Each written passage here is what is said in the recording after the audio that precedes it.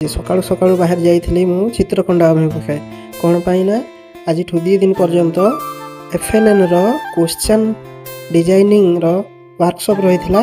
तो सेति पई मु चित्रकोंडा अभिमुखे बाहरी गली।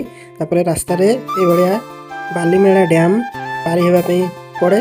तो मु ए डैम पारी हेई कि शेषरे मालकानगिरी डायट रे पहुंची गली। ए एमती रहिछि हमर मालकानगिरी डायट जोटा कि चित्रकोंडा रे रहिछि। तो चलतु देखा भितर कौन सब हो। सीधा सीढ़ी चढ़ी की कॉन्फ्रेंस हॉल को चलीगलु। सेठारे समस्त ब्लॉक रु सार मैंने आसते जो आमर वर्कशॉप हम एफएलएन रो क्वेश्चन डिजाइनिंग उपरे।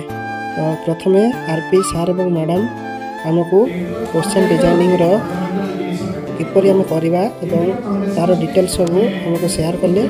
आमको विभिन्न दल रे भाग करी समस्त दल को गोटे गोटे सब्जेक्ट उपरे आमको क्वेश्चन तैयारी करने कहगला। आम समस्ते ग्रुप रे मिसिकी क्वेश्चन डिस्कशन करिकी ताकू आमे नोट डाउन कलु। देखि पारथबे समस्त ग्रुप रे सार माने क्वेश्चन तैयारी करिवारे पूरा व्यस्त अछंती। या भितरे हमर टी ब्रेक हे जाइथिला।